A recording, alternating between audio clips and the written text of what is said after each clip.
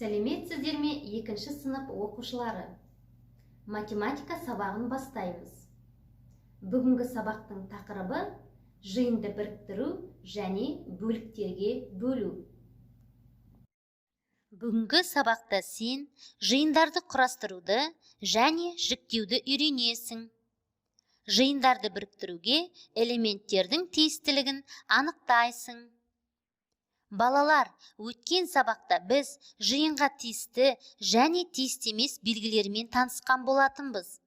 Олай болса, мына сұрақтарға жауап беріп көрейік. Жиын дегеніміз не?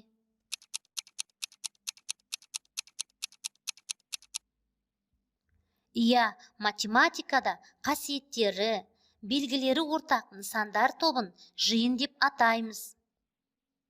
Жиынның элементтері дегеніміз не?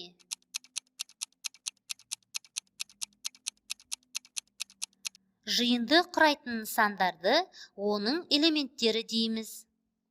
Жиынды бейнелеу үшін қандай сызба қолданылады?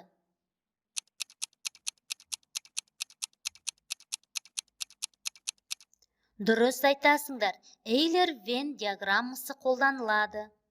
Жиынды қандай әріппен белгілейді? Ал элементтерін ше?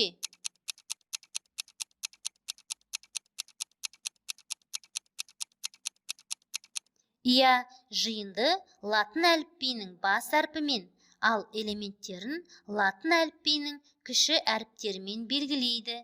Мысалы, А, В, Д. С элементі қай жиынға тиісті? Қай жиынға тиісті емес?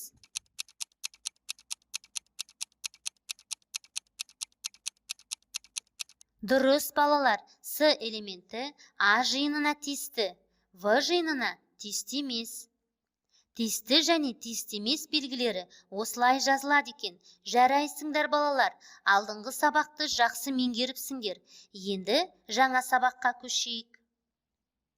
Қазақстан табиғаты тамаша мемлекет. Иісі аңқыған гүлдерге толы далалары мен биік-биік таулары, өзен көлдері, алуан түрлі балықтары, өсімдіктері мен жан-жануарлары көз тартады. Біз бүгін сабақта туған өлкеміздің табиғатында кездесетін жиындармен танысамыз. Жиындарды біріктіреміз және бөліктерге бөлеміз. Балалар, жиындарды біріктіруге және бөліктерге бөлуге болады. Жемістер мен көкөністер жиынын біріктірсек, пайда болған жиынға қандай атау қояр едіңдер? Әрине, тағамдар жиыны деуге болады. Ал мына өсімдіктер жиынын қандай екі бөлікке бөлуге болады? Жарайсыңдар, гүлдер және шөптер жиыны деп бөлуге болады екен. Бүгінгі сабаққа түсінген болсақ, оқулықтағы тапсырмаларды орындап көрейік. Балықтар мен құстар бейнеленген жиынды қарастыр. Бұл екеуін біріктіретін жиынды қалай атауға болады? Жиын элементтерін латын әліпбиінің әріптерімен ата.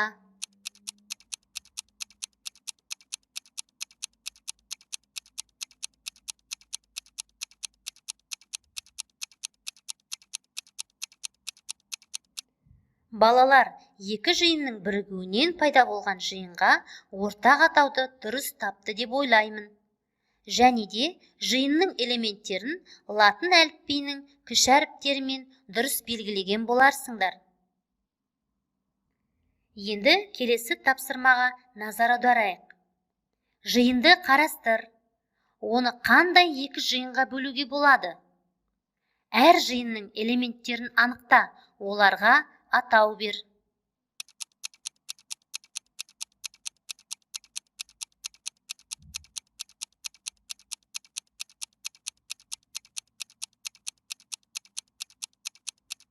Балалар, сендер тапсырманы дұрыс орындады деп ойлаймын. Әр қайсысында қандай екі жиынның біріктірілгенін анықта. Артық элементті тап. Егер бірінші жиынды А жиыны деп алсақ, А жиынында қандай екі жиын біріктірілген?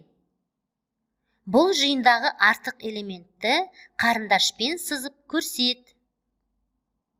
Ал екінші жиынды В жиыны десек, бұл қандай екі жиыннан біріккен? Артық элементті тауып, сызып көрсете ғой.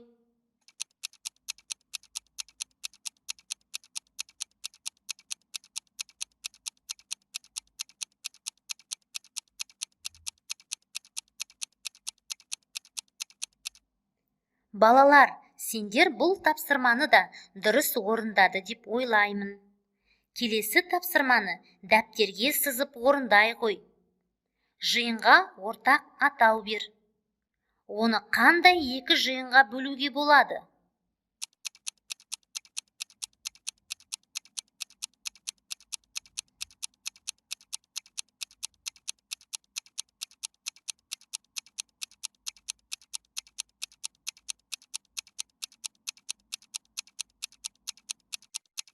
Балалар, бүгінгі тапсырманы барлығың дұрыс орындаған боларсыңдар деп сенемін. Енді бүгінгі алған білімімізді қорытындылап, өзімізге баға берейік. Жиындарды Эйлер-Вен диаграммасында латын әріптерімен белгілей аламын. Жиындарды біріктіремін, ортақ атау бере аламын. Жиындарды бөліктерге бөлемін.